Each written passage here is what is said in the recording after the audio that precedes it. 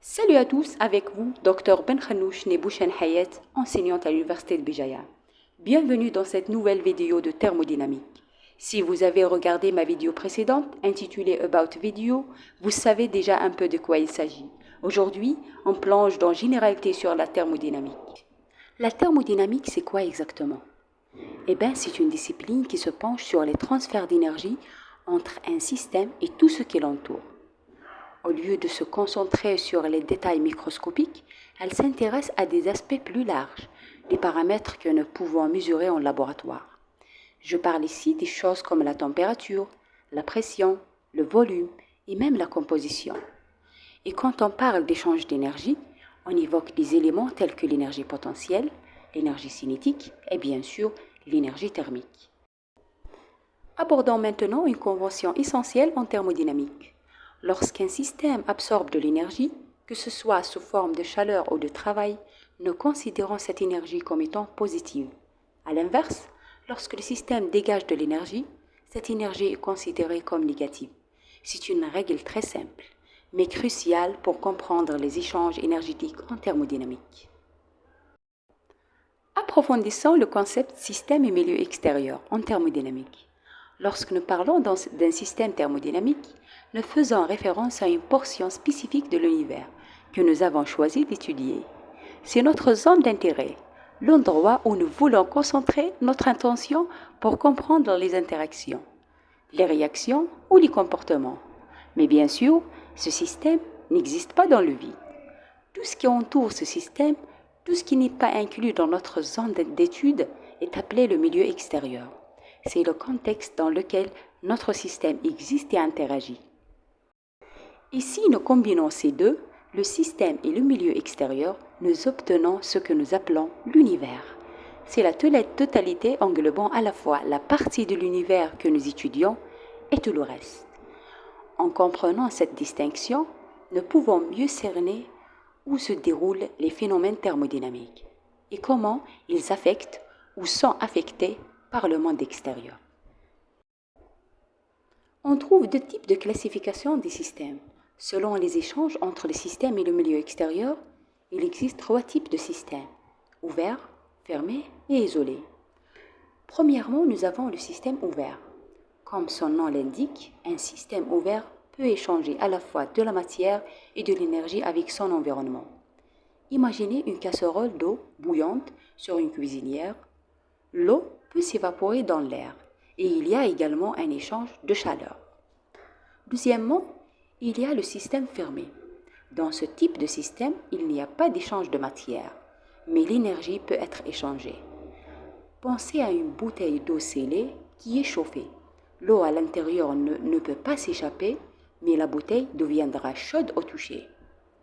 Enfin, nous avons le système isolé. C'est un système qui ne peut échanger ni matière ni énergie avec son environnement. Imaginez une bouteille thermo contenant du café chaud. Il est conçu pour empêcher le café de refroidir en isolant le contenu de l'environnement extérieur. Un autre type de classification est selon la composition du système. Regardez l'image de l'Erlenmeyer sur votre gauche. Ce que vous voyez est un exemple parfait d'un système homogène. Dans un tel système, il n'y a qu'une seule phase présente. Cela signifie que toutes les composantes sont mélangées de manière uniforme, sans frontières distinctes entre elles. Peu importe où vous prenez un échantillon dans ce système, sa composition sera la même. À droite, l'image du bécher illustre clairement un système hétérogène. Vous pouvez observer deux phases distinctes. Dans un système hétérogène, les composantes ne sont pas mélangées uniformément. Vous pouvez clairement des régions ou des phases ayant des propriétés différentes.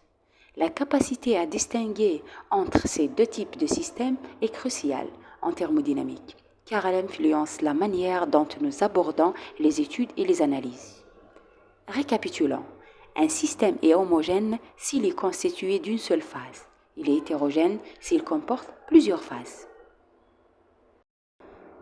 Dans le domaine de la thermodynamique, la notion d'état d'un système et grandeur d'état est centrale. L'état d'un système est caractérisé par ses propriétés macroscopiques. Il s'agit de caractéristiques observables à grande échelle.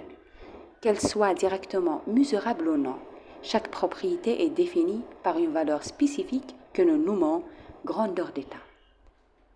Passons en revue les différents paramètres qui définissent l'état d'un système. La température, elle est exprimée en degrés Kelvin. La pression, on la mesure en pascal ou en bar.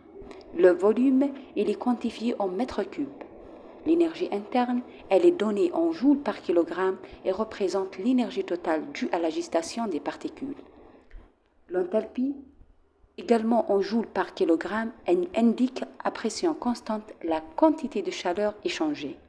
L'entropie, elle est exprimée en joules par Kelvin, représente le degré du désordre dans le système. Le travail, c'est une forme d'énergie mécanique, mesurée en joules. La chaleur, une autre forme d'énergie thermique, cette fois, également quantifiée en joules. Ces paramètres sont essentiels pour comprendre et analyser le comportement des systèmes thermodynamiques. Maintenant, on va explorer un concept fondamental en thermodynamique, les grandeurs physiques. À partir de ce concept central, nous pouvons distinguer deux types principaux de grandeurs. Nous avons les grandeurs intensives et nous avons les grandeurs extensives. Les grandeurs intensives sont des propriétés qui restent constantes. Peu importe la taille ou la quantité de matière du système, elles ne sont pas additives et sont considérées comme des paramètres de qualité.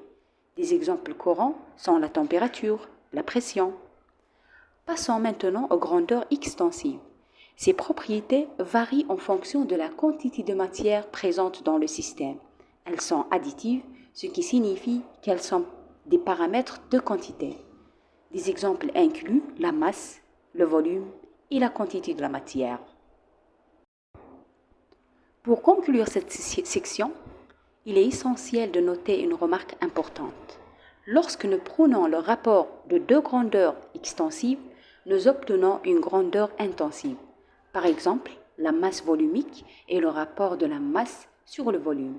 De même, la concentration molaire est le rapport de la quantité de la matière sur le volume. Ces rapports, donc, sont des grandeurs intensives. Ces distinctions entre les grandeurs intensives et extensives sont cruciales pour une compréhension approfondie des systèmes thermodynamiques.